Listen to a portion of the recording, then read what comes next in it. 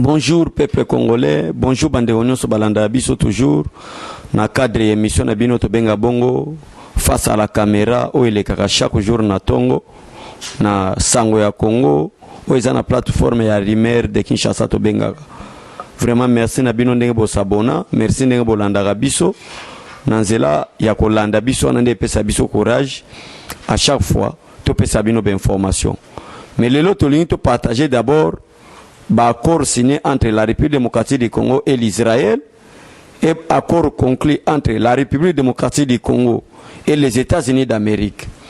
Boyebi il y a une semaine passée, ezala batalamuka, ezala ba politicien oyo, bateleme la président Félix Tshisekedi, baganga na ba caméra, balobi ete ndenge biso tozali boye, et Félix Tshisekedi a échoué na diplomatie, Pompeo akoya lisusu te, Oliaya na République démocratique du Congo, ye wana kene na Angola. Ba semaine uti o le peuple congolais sala qui baise na ba réseaux sociaux pe na ba chaîne locale. Preuve à la plus ba diaboliser même le président de la République qui en 2021 vous allez sous président Union africaine parce que makambo yo Pompeo a yebisaki azo respecté te wana ndenge ba diaboliser qui toujours makambo Pompeo a yebisaki ba kanga Kabila Félix Tshisekedi a respecté te makambo balobaki ba signé balongola ba généraux oyo bazalaki sous sanction les États-Unis Félix Tshisekedi abangi kolongola bango nde wana ba diable politicien ya République démocratique du Congo ba diaboliser peuple congolais kolobake et sili na diplomatie pour na Félix Tshisekedi moyen lisusu akomata président Union africaine zate parce que respect oyo États-Unis a pesa qui ou principe ezalaki établi les États-Unis ya kolongola na ba généraux o bazalaki sanctionné ya ko livrer Kabila pour ma terme na bango ezana Félix Tshisekedi azoboya ko livrer Kabila pour Félix Tshisekedi aboy ko livrer Kabila aboy ko longola ba généraux nde yango na bango balobike no Félix Tshisekedi ninga zabo diplomatie sili mais to le cas qui kana GDO na sanga Congo to yebisa bino ke le samedi président de la République des États-Unis déjà to lobele yango na sanga Congo ndenge accord a été signé na Israël ndenge accord bayokani président de la République a kokende Israël na ba semaine koya ndenge président de la République a nommé ambassadeur extraordinaire et plénipotentiel de la RDC à l'état d'Israël. On a déjà tout le bela biso na GDO. Mais le long na lingina épinglé caractère moko. Ba accord maintenant o eza signé entre Félix Tshisekedi Tshilombo en qualité de président de la République démocratique du Congo et Marc Pompeo qui est le secrétaire d'État américain à charge des affaires étrangères. Obisoto ben ministre des Affaires étrangères qui est en même temps le représentant du président Donald Trump. Parce que Félix Tshisekedi malgré signé déjà accord na Pompeo. Mais dans mois d'avril, parce que tout ça dans mois de mars, mois d'avril, ils ont des rencontres personnelles maintenant entre Félix Tshisekedi Tshilombo et le président des États-Unis qui est Donald Trump. Mais avant tout comme on a rencontré wana, accord moko utiko signamé entre la République démocratique du Congo et les États-Unis d'Amérique. Na kati accord wana nanu tokozwa maloba ya Marc Pompeo oyo alobi pona République démocratique du Congo. Donc pona koyebisa bino ke match ezokende landa babolanda maloba ya Pompeo na alobi Pompeo face à Félix Tshisekedi.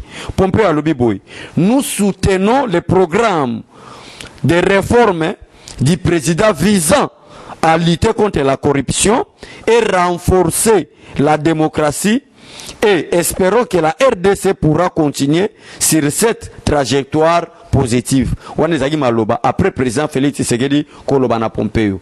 Yangona bozomona pote États-Unis d'Amérique bazala rassuré na malobo Félix Tshisekedi alobi ezali vraiment sûr et certain et kosalema tango de retour ya mercredi à lelo na ville à Kinshasa et président de la République Félix Tshisekedi azozonga avant to koma le 15 mai, n'a pas si bien date déjà, pour les a déjà rassuré, ce sont les propos du président de la République, avant le 15 mai, parce que le problème des États-Unis, dans la République démocratique du Congo, na koro basine, et zali nini, problème na bango makasi zali ete, balingi ba investir.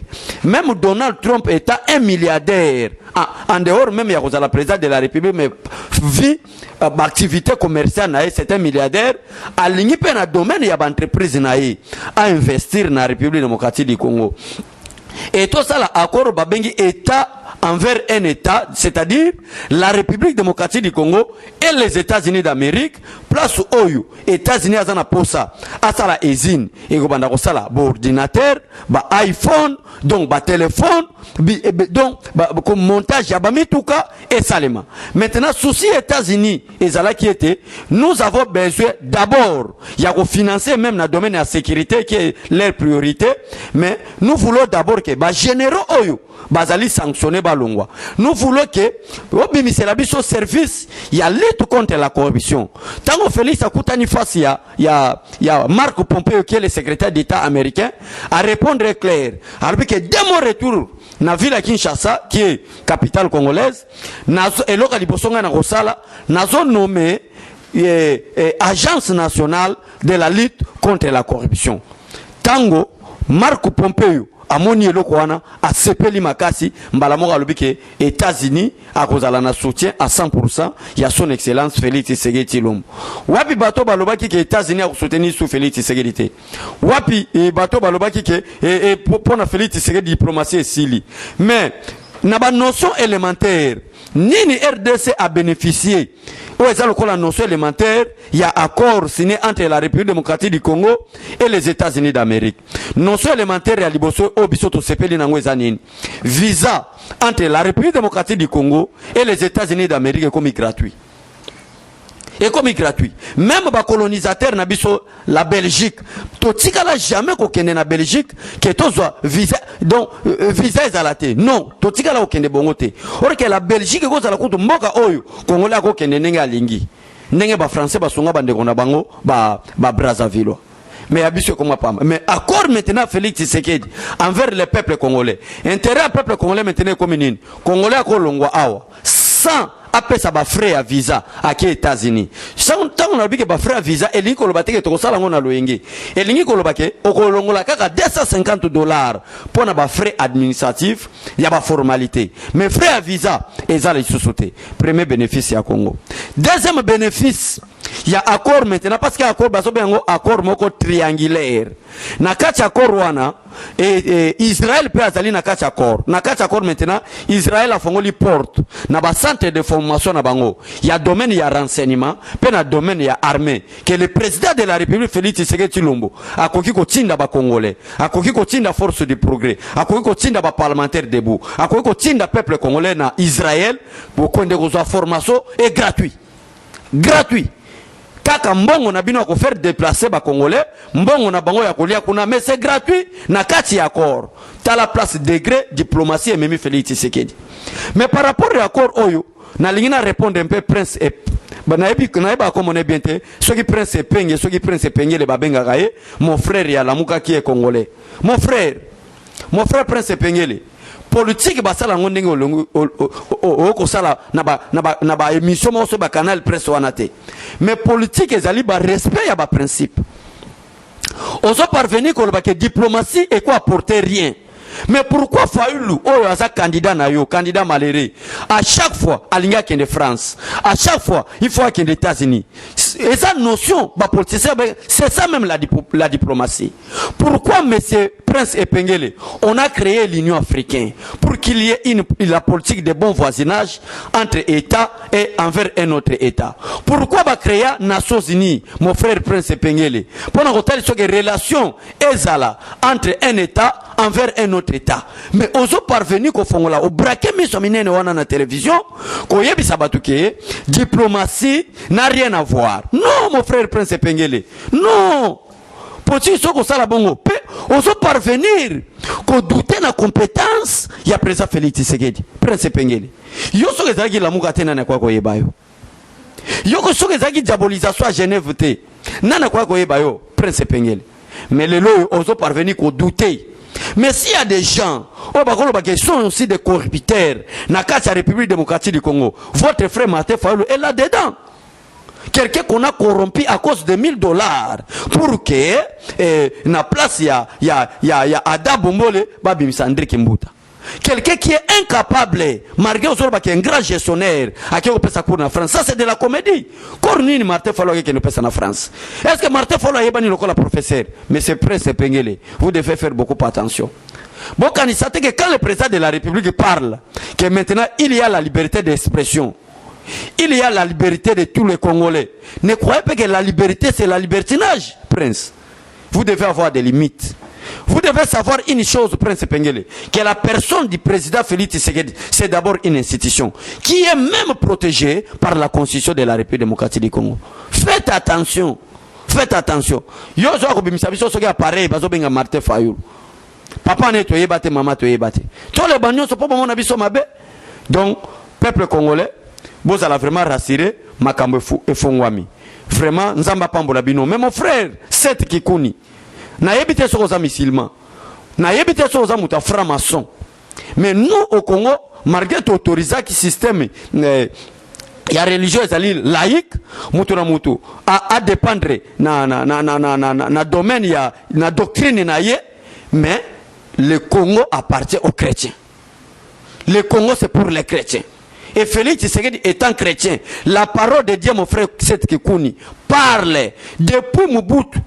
Mais mon frère Seth Kikuni, yo héroïe candidat président de la République. Batmamona qui est jeune garçon, il y a bien aillé, qui a des compétences, qui peut parler. Mais Makambozo Loba, na Makamboloba kana début, moi je regrette beaucoup.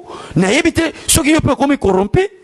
Na 1974 à 1975, mon frère Seth Kikuni, Mobutu a choisi, il y avait deux camps, na kacha conflit. Quand il y a Israël, na quand il y a Palestine. Mobutu a privilégié quand il y a Israël. Tokenda ki wapi. Sori ya Congo suka kinini.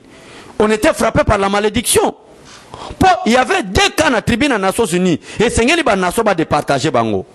États-Unis d'Amérique, la France, les grandes puissances, bango nyonso baké derrière Israël. Mais Mobutu a qu'à choisir qu'on kende na ngambu ya Palestine et a décidé même que l'ambassade ya Zaïre à l'époque qu'on kata relation diplomatique. Solution nini ou bénéfice nini peuple congolais les lois bénéficia na décision Mobutu. Mais Félix Tshisekedi étant chrétien, mais c'est cette Kikuni à comprendre. Alors que non, quand on Mobutu a soaki, ya kokende na ngambu ya Palestine, c'était une malédiction pour le peuple congolais. Na lelo na faire na réouverture, na sala na fongola le sous ambassade ya République démocratique du Congo na Israël.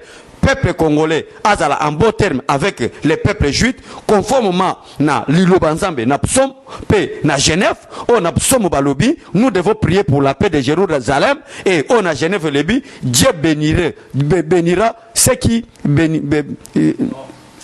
te béniront et Dieu maudirait ceux qui te maudiront.